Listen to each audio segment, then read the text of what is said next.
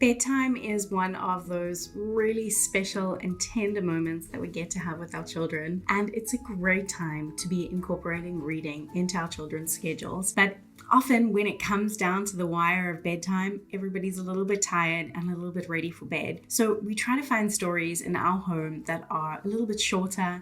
We like themes that are kind of lovey and send our children off to the night, off to sleep in a good kind of feeling. So today I wanted to share with you 10, actually I wanted to share 5, but it ended up being 10 of our favorite bedtime stories.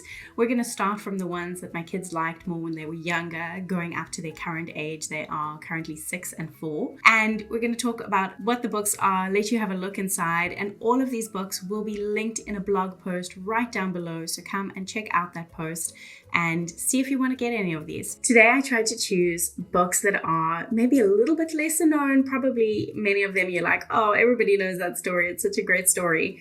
Or maybe you even remember them from when you were growing up. And if you do, come and let me know down below, or if you have any other recommendations. But these are our top 10 favorites. The first one is Papa Do You Love Me? This book is written by Barbara Ewes and is illustrated by Barbara Laverly.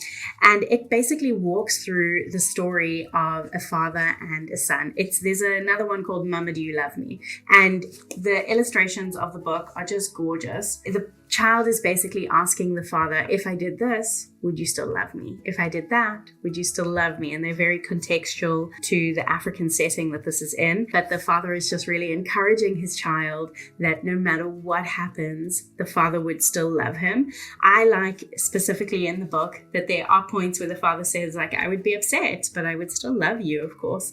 And I think this is a great way to kind of build in that emotional literacy for our children. Being originally from South Africa, I love that it has this African setting, that it has really rich illustrations. And I also like that it is a story featuring the father. Next up on the list is The Very Quiet Cricket by Eric Carle. You can see ours is like well loved. I actually remember this story from when I was younger, and it is true to Eric Carle's style of beautiful illustrations and a ending note that kind of repeats throughout the story. It is a cricket who is wanting to be able to answer all of the kind of creatures that he meets along his journey and not being able to until the very end where he meets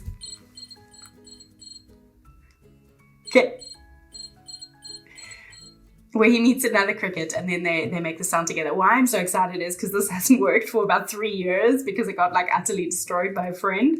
Oh, that's nice. That's great that it worked on the video. I'll try it out when my kids get home. But at the end, there's this beautiful chirping noise because he meets another cricket and she rubs her wings together, and then he tries to rub his wings, and then he actually makes the sound. So because it's so interactive with the sound at the end, children just love this. It's also great because of all the creepies and crawlies that he meets along the way, which often children are very interested in. I'm afraid we're going to see a couple here from Eric Carle because he is just that good. So this other book is another favorite, Papa, Please Get the Moon for Me. And it's a really sweet story of a little girl who asks her father to get the moon for her. So he climbs up on a ladder and he tries to get the moon, and the moon says, wait until I'm really small at the end of the month and then you can come and get me. And it just basically walks a child through this story of the waning moon and how the moon changes seasonally. But it also does have some great interactive sections where pages open up, and the tone of the writing, it like builds this really sweet connection between the papa and the daughter. So that is Papa, Please Get the Moon for Me by Eric Carle. Then we're moving on to one that I think is like an old-time classic, but recently I've heard a lot of people saying that they've never heard of it. So anyway, Paddington the Bear. We have a box set of this. This is by Michael Bond. Paddington is just the most lovable bear who does such amazingly funny things and comes from a lovely family and gets up to lots of antics. So our kids have loved Paddington Bear from the time that they were very little, and they still do. The box set is great because it actually comes with a bunch of these books, and each of them is quite nice and short. So it's a great bedtime story that you don't feel like you're carrying on reading for ages. And it's quite nice to learn the characters of the story, how they develop through each of this box set. So that is Paddington Bear. Another one that we were recently gifted and we just love is this series by Lauren Child on Lola and Charlie. So it is I Am Absolutely Too Small for School, but honestly any of the ones from this author and this kind of series are so fun. It is British, and the language used is just so lovely and kind of really classic British and interactive. And the way that the pages are set up also has this like really poetic kind of flow to the books. Our children have loved these stories. It's also very relatable in terms of the sibling dynamic. I love the illustrations, and they use really creative kind of backgrounds and backdrops within the story and express the character of Lola and of Charlie in a very creative way. So this is a must on our bedtime story list. If you've been here around for a while, you will know that I often am talking about Julia Donaldson and Axel Scheffler. Actually, Julia Donaldson has teamed up with many different illustrators, but the ones with her and Axel Scheffler are always our favorite. Actually, when my kids pretend to read their stories and then they open the book and they say, "This is no by Julia Donaldson," because they're so used to hearing books by Julia Donaldson. So it's definitely a favorite in our house. There are many beautiful books that she has, like The Gruffalo and The Whale and the Snail. But I wanted to share today Tabby Mc Cat because it's one I see around less, and it is a great story. It has the usual kind of rhyming way that Julia Donaldson writes in.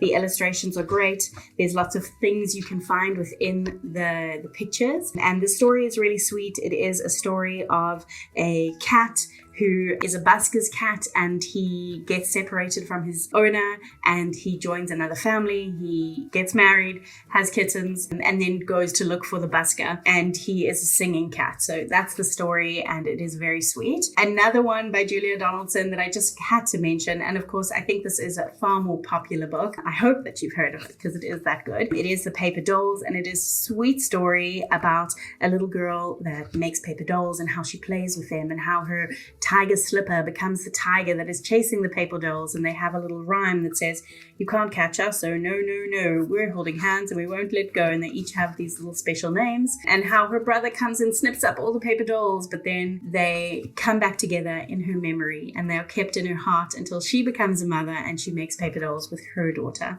So it's a really sweet kind of cozy feeling to end off the night, at the end of the day, and send our kids off to bed. And it also gives the spin-off effect of children wanting to make paper dolls, which is fun for all things craft and fine motor skills. Another one that is more popular, you probably have heard of this. If not, go and check it out immediately because it is worth all the hype. It is Guess How Much I Love You by Sam McBratney and illustrated by Anita Jerem. And it is a little hare asking his mummy hare how much she loves him. And then he's saying, "I love you as wide as my arms can reach." And then she says, "But I love you as wide as my arms can reach." And her arms are so much bigger. And then he says in the end of the story, "I love you all the way up to the moon." And then the mummy puts him to sleep, and then she says, "But I love you all the way up to the moon and back." So it's just so adorable, really like cuddly, cozy feeling.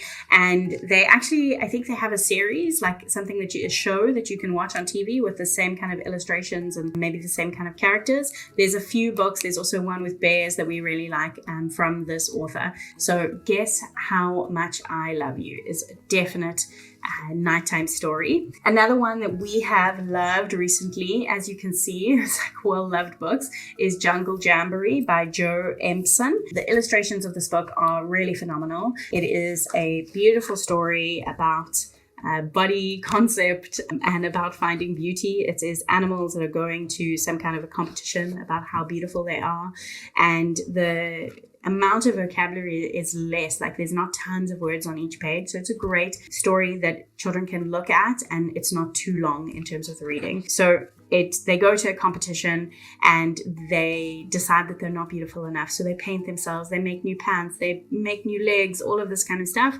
And in the end, there's a big wind or storm and it blows away all of their decorations. And the one who wins the competition is the firefly, who's flown past and given them all light so that the judges can see their natural beauty. So it's a great theme. And again, the illustrations really are phenomenal on this. And our last bedtime story is not a short one, but I remember this one growing up The illustrations again are so inviting and captivating, and the storyline is really intriguing, I think, for a young mind. So this is Piggins. Let me know if you've read this book or if you've heard of it. It's definitely one of our favorites. It is about a butler named Piggins, and he works for a family of foxes who have a dinner party to sell a beautiful lavalier, a beautiful crystal necklace that they have bought and that they want to give away because they believe it is cursed, and then somebody steals the crystal. So the story is all about figuring out the clues, and of course Piggins is the hero of the story. There's a beautiful play on words throughout the story. It is much